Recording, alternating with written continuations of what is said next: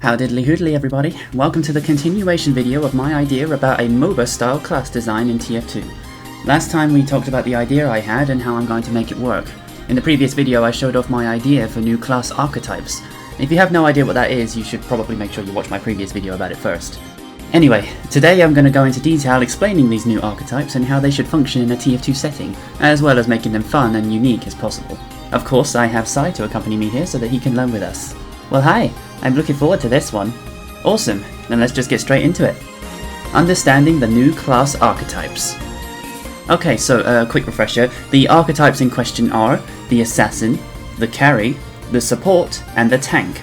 So, the names might make them fairly obvious what they are and what they do, but I think it'll be beneficial if we explain them in detail to get a better idea of how we can turn the TF2 classes into these new roles and how to design entirely new loadouts with these concepts in mind. Okay, let's begin with the first archetype, the Assassin.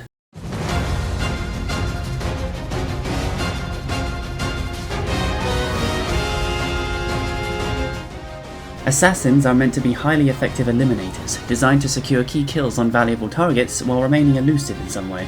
Be it through mobility, range, or just pure damage, the Assassin's primary objective is to kill key targets to provide their team with an immediate advantage. Here are some key things that help define the Assassin playstyle and their importance to the team. Assassins are capable of easily securing kills on single targets, allowing for effective advantage gains. Assassins are generally quite elusive, being able to engage and escape with relative ease, either through mobility or self-sustain. Sometimes they may not need to engage or escape at all if they rely solely on range, like the sniper. Assassins are generally not meant to be able to take on multiple targets at a time. They struggle to deal consistent DPS and will likely be taken down easily when at a disadvantage. Assassins must solely focus on their primary objective, securing kills on important targets. Keeping this in mind will help them remember their role in the team and how they can go about achieving their goal.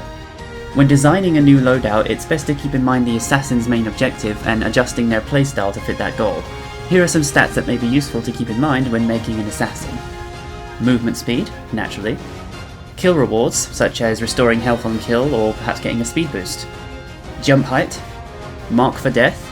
Health reduction, to make sure they're not too hard to take down when they need to be punished.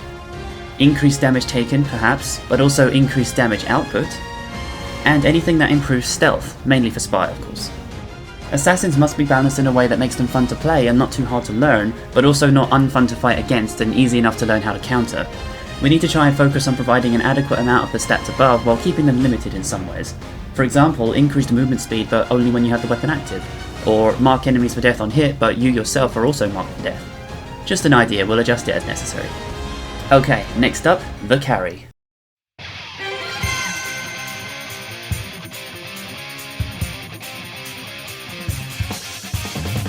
The Carry is an incredibly effective damage-dealing class, whose primary objective is to cause as much destruction as possible. They're meant to be able to deal consistent DPS in a lot of ways, while also being somewhat weak in terms of survivability. The Carry is usually designed to be the true glass cannon class. Here are some key things that help define the Carry playstyle and their importance to the team. The Carry's primary objective is to deal damage. That's it. Really simple. Just keep doing that and you'll be making your team proud. Okay, but seriously, the Carry is useful for other things too, such as disrupting the enemy's defenses in some way, maybe through increasing their own damage or even their team's.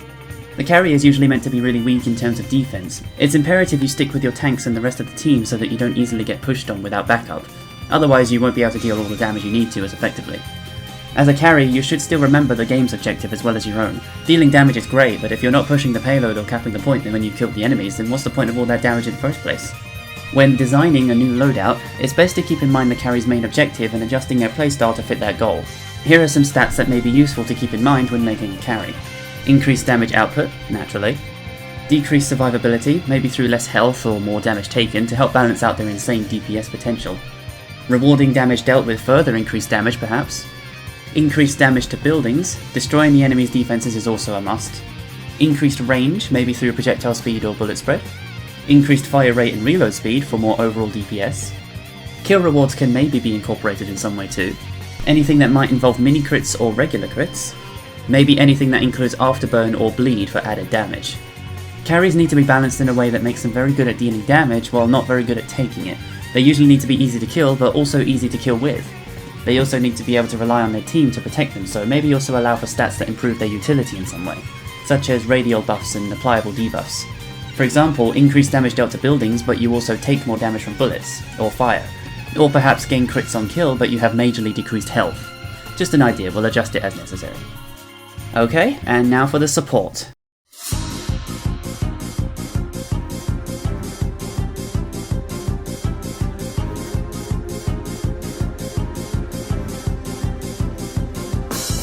Supports are an easy concept to grasp but hard to apply in practice for TF2. Designing loadouts for this type of class will involve a lot more thought and ingenuity.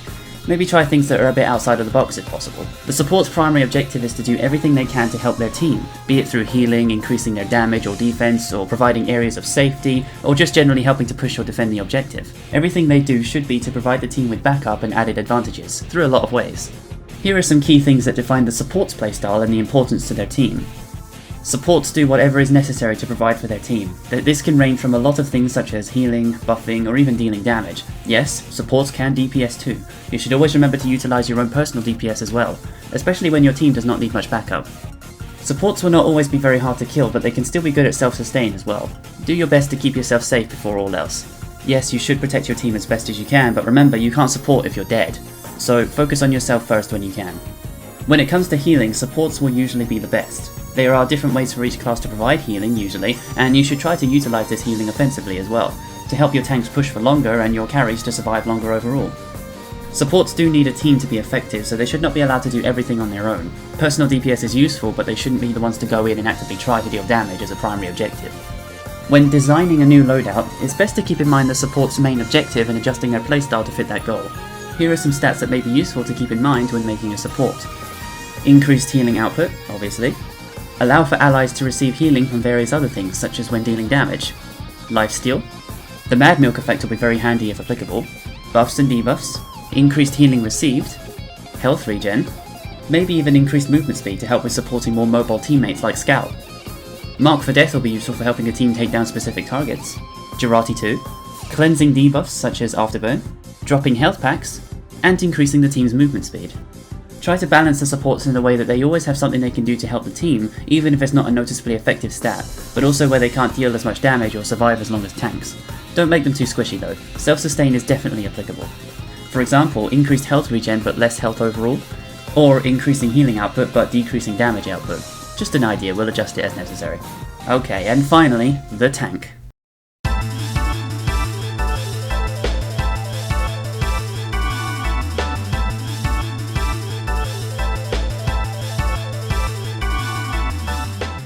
Tanks are an incredible asset to the team. They help push the front lines while being relatively hard to take down. There is a lot to consider when making a tank-style loadout. Tanks are meant to be the anchors of a team, the ones who rally their troops to push onwards or push back when needed. They keep the front line secure with high defense and do everything they can to protect or advance their team. The tank's primary objective is to stick with their team and help push or defend the main objective of the game. Here are some key things that help define the tank's playstyle and their importance to the team. Tanks should be the ones that take the most effort to kill. They should be able to survive long enough that their team can capitalize on the time they make to push or defend. Tanks are not always the most mobile of classes. They can be somewhat slow at times, and it's best to understand their weaknesses when utilizing their strengths. As a tank, your team's capabilities are what make you valuable. You need to allow your team the opportunity to go in and do what they need to do in order to secure the objective, so make it your mission to help the team as best you can. Tanks are always the best objective pushers and defenders. Try to remain on the control points or the payloads as much as possible when engaging or protecting. When designing a new loadout, it's best to keep in mind the tank's main objective and adjusting their playstyle to fit that goal. Here are some stats that may be useful to keep in mind when making a tank. Increased health, naturally. Increased resistances. Increasing healing received. Maybe include opportunities to increase your team's damage or defenses, like with soldiers' banners. Immunity to crits definitely should be a high priority stat. Maybe increased cap speed, to allow your team to focus on other things while you take care of the objective perhaps. Rewards for taking and dealing damage, if possible.